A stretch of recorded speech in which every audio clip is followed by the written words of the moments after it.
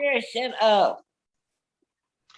Hello, everyone. My name is Tanya Anderson. I'm the director of the Dr. Ada Lois Scipio Fisher Center for Social Justice and Racial Healing.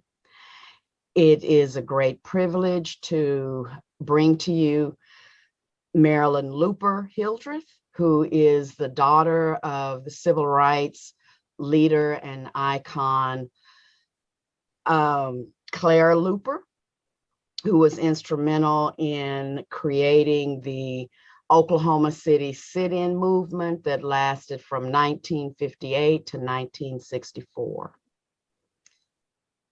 Marilyn, thank you for joining us and participating in the Building Bridges Dismantling Racism Conference.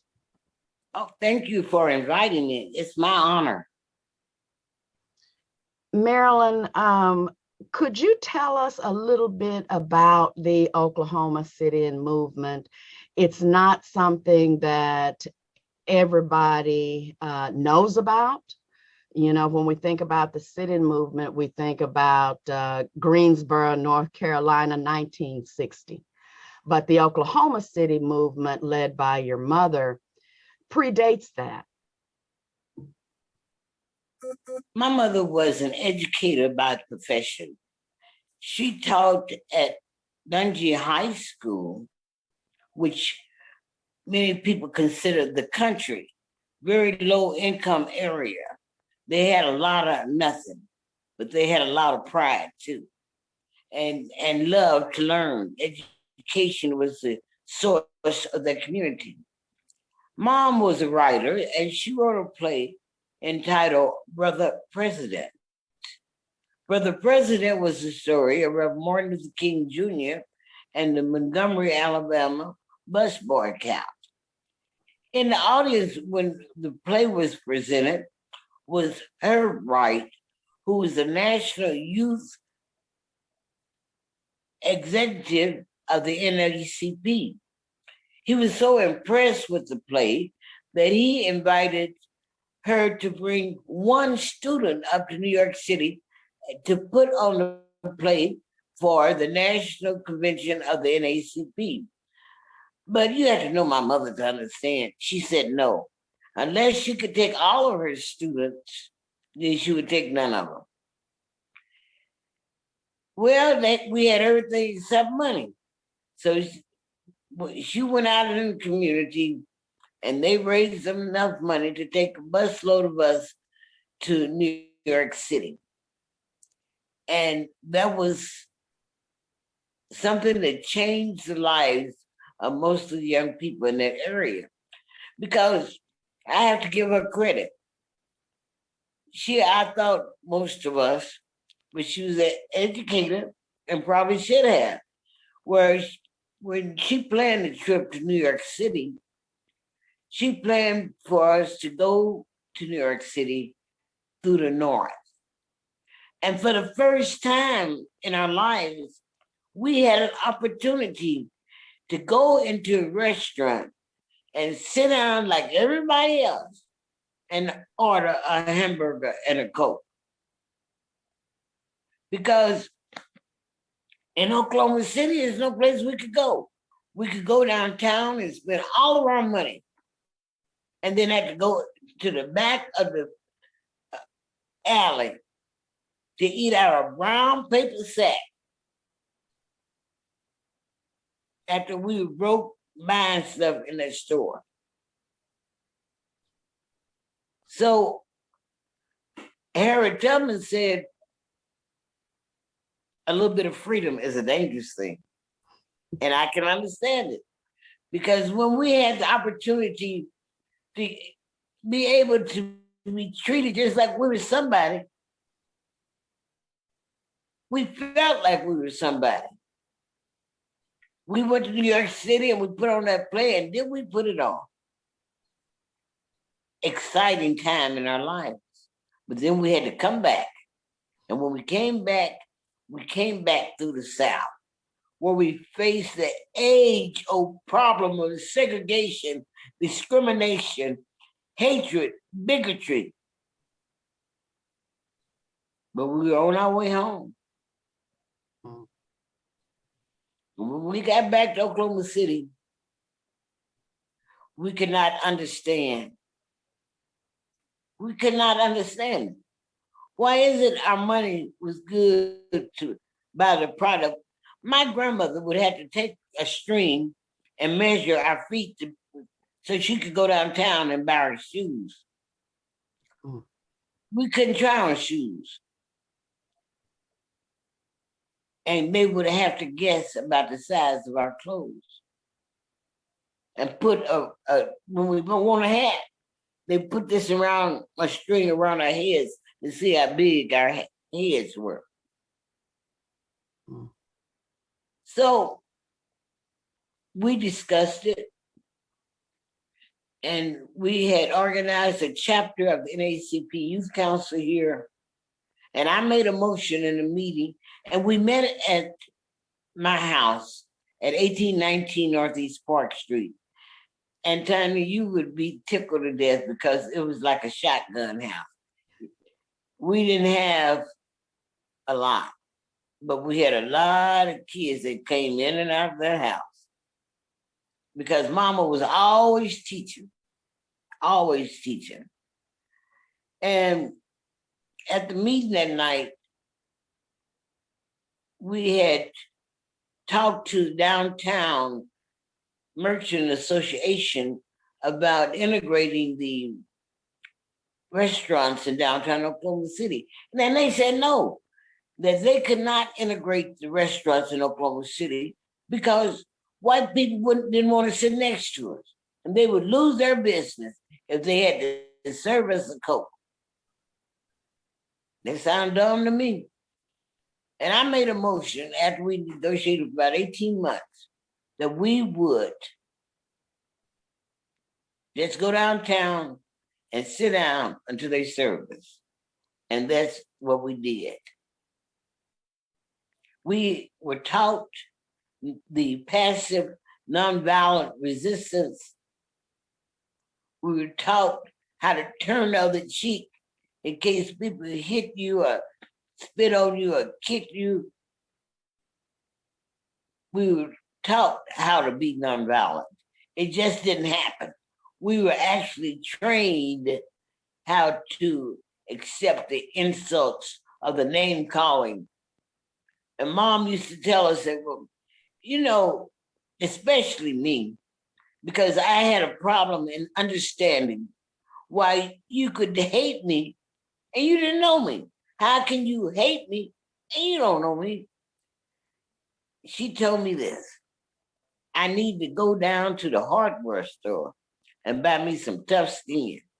Because if I'm gonna live in this society, I'm gonna need it. She said, one thing is for sure. You were born black, you're gonna live black, and you're gonna die black. So get ready to face it.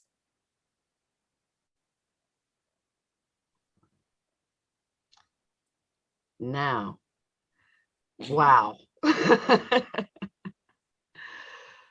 From there, from the decision to take action, nonviolent action, what are some of the experiences that you guys had? Because, correct me if I'm wrong, but from my understanding, the Oklahoma City sit-in movement that took place was really the first ever to exclusively utilize children, school-age children, as protesters against segregation.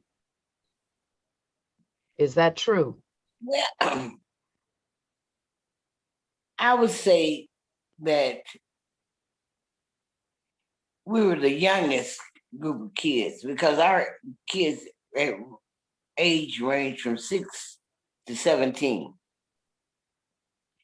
And it was they had a protest in Wichita, Kansas, that lasted a couple of days. But ours was the longest running city in the history of America, nonviolent. And when they started theirs in Greensboro, North Carolina, it was college students that set in 1960. But we've been sitting in here in Oklahoma City for 2 years now. Wow. So young. What did you guys experience? You know, it's sometimes when I think about it, it makes me cry because people were mean and cruel. And I've never known that. We were just poor. We didn't know people acted like that, because if we had acted like that, our parents would have killed us. People would spit on us. People would dump coffee on us. People would talk about our national heritage, the quality of our hair, the size of our nose. But they couldn't talk about us being disrespectful. We were not. They couldn't talk about us not being well dressed, because when we sat in, we wore our Sunday best. And we knew how to close our mouths because that's the way we were trained to do. I even had, while we were picketing at Animal's cafeteria here, I don't know why the guy picked me out, but he threw a chimpanzee on me. Oh my goodness. And the chimpanzee was about as big as I am, because I didn't weigh anything but 89 pounds then, a long way from now. But we went through quite a bit. We I said I don't know how we did it. Well, that's my next question. How did you guys persevere through all of this? And especially as children. We prayed a lot. We didn't realize the danger. Even when we went to jail. My mom went to jail 26 times. And they were the police department here in Oklahoma City was committed to nonviolence.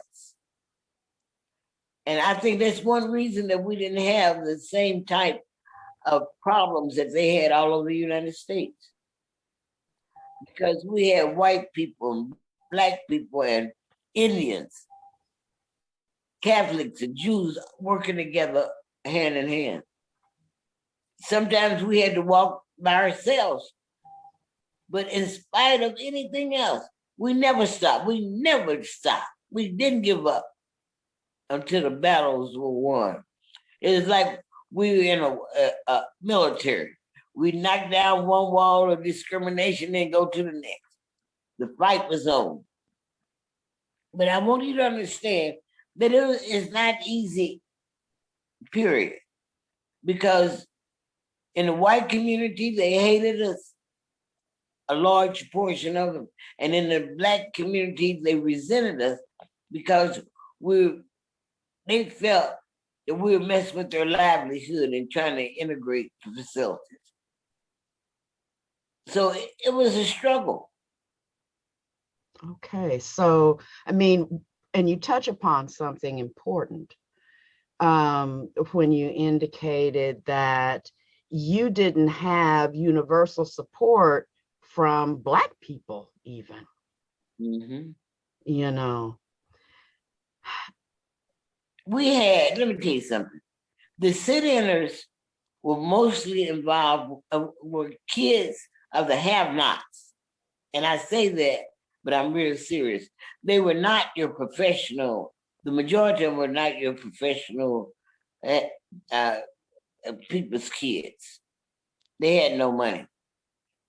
And we used to laugh and say, I sure hope they don't feed us today because we don't have no money to pay for it. But we were out there struggling and picketing and boycotting. And now you see the young people that participated are some of the strongest people that you want to meet. So it was not only did your efforts and the efforts of your peers who engaged in this struggle, not only did they win the battle for integration, but it transformed them internally to make them stronger. Yes, because they would tell us, now you can kick down the door of discrimination and segregation, but are you ready to march through that door? So it was always a challenge for us to do better. Okay. And I think now that's why so many of the young people are leaders in the community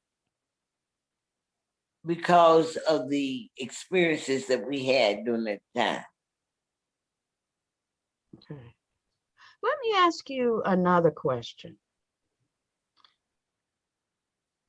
We have seen over the past several years, particularly, and especially since George Floyd, the airing of that video with his last moments, we've had protest after protest after protest take place. And we're dealing with race in a way that we really haven't dealt with since the era of the civil rights movement. And some people have actually made the argument that we're really in the middle of another civil rights movement. What is your take on that? What do you think?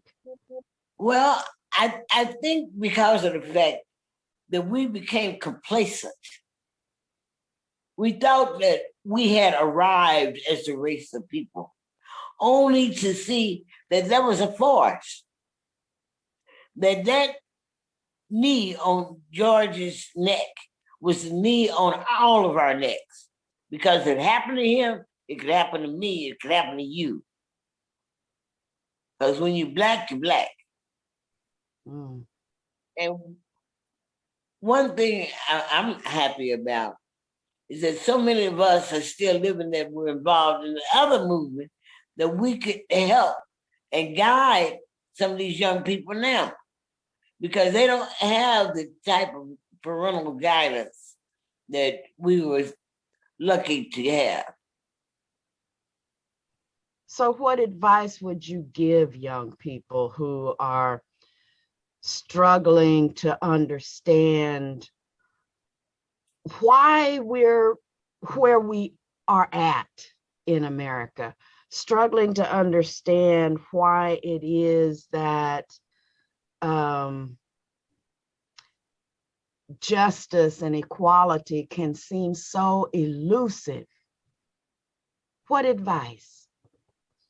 I would say before you can know anything about your future or deal with a problem, you have to understand your past. You have to understand the people that gave their blood, sweat, and tears to make it possible for us to be where we are today. If you have no understanding of the movement, if you can't look at Emmett Till and Medgar Evers and people that have given their blood, sweat, and tears for the fight for freedom, then we need to study. We need to teach our kids their history. And when they know their history, even from their grandparents, parents, then it takes on a new perspective.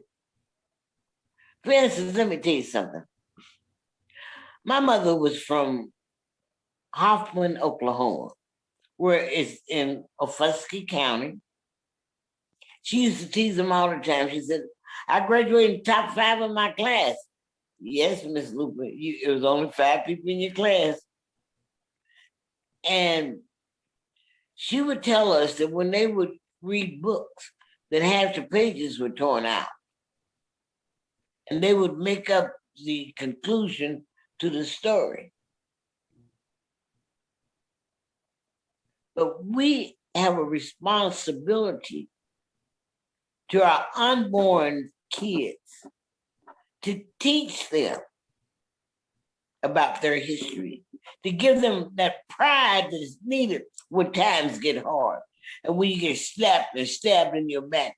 We have to have the encouragement that our forefathers did and the fight that Harriet Tubman had and Roscoe Dunjee. We need to tell our story. And I know a lot of people don't want us to tell our story. We have that democracy is a state.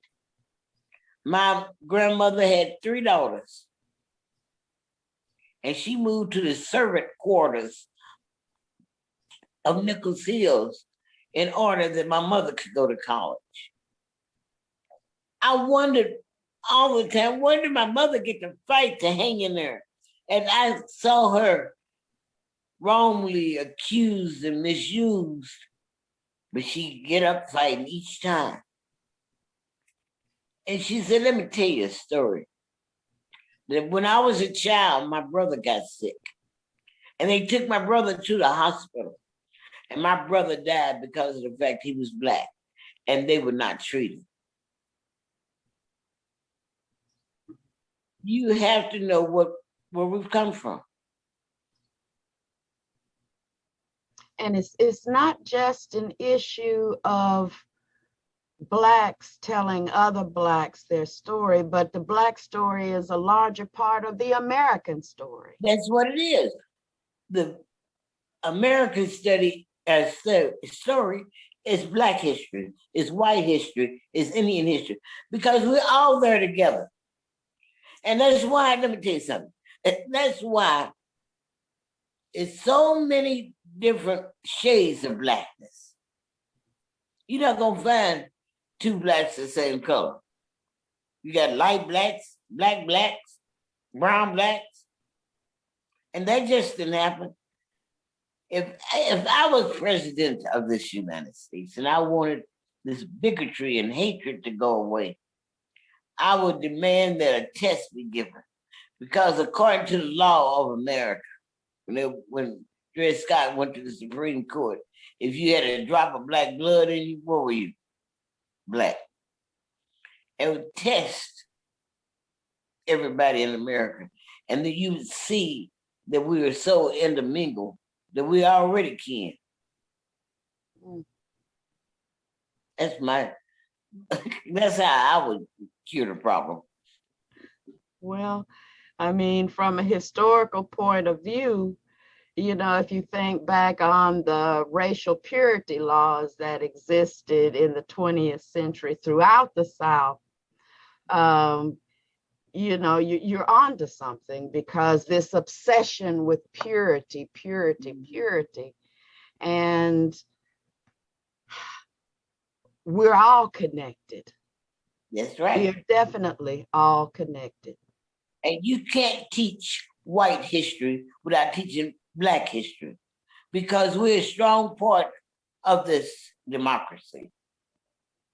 And if democracy is to become a reality, we're all in this war together.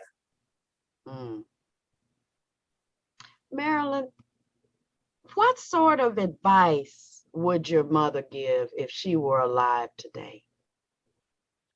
I often wonder that myself. One thing I know that we did before every demonstration, we prayed.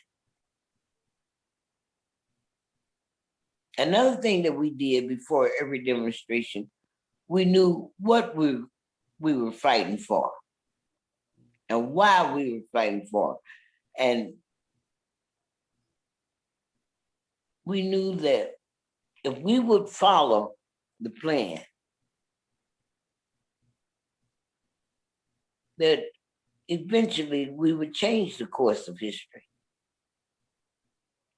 And that's what happened.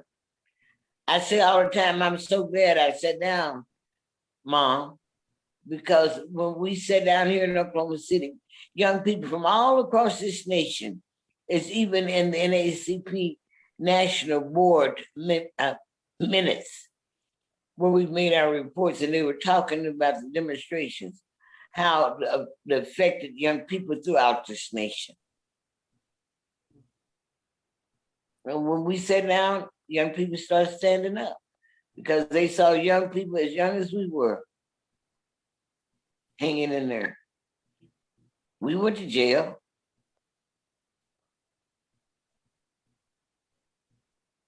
I mean, people would laugh at me. I didn't think it was funny then, and I don't think it's funny now. When I would go to school, they would call me sit in, squat in, lay in, looper because of my involvement in the civil rights movement. They tried to burn our house. The FBI almost got me killed. They had a bomb threat at Douglas.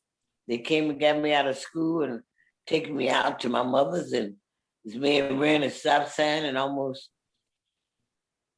it's been a struggle. But obviously, one person can make a difference. Oh, Correct? yeah. Yes. And you don't have to be old to make a difference. You can be young and make a difference. But you have to be determined. And you have to have a strong belief in something. And we were always taught, no matter what happened to you, when things go wrong in your lives and people are insulting you and being mean and cruel to you. And a lot of times as we sat down, we would be praying within ourselves. They would tell us, go to your knees because God will hear your moans and your groans, even when you're not thinking he's, and I know that that's right, because I remember when we were sitting there and they locked us in this restaurant and they sprayed insecticide on us.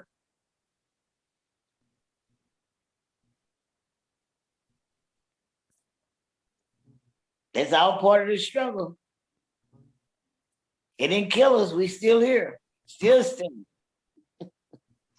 Marilyn, thank you so very, very much for sharing your experience, for your words of encouragement, and the role of mentor that you serve to our young people today.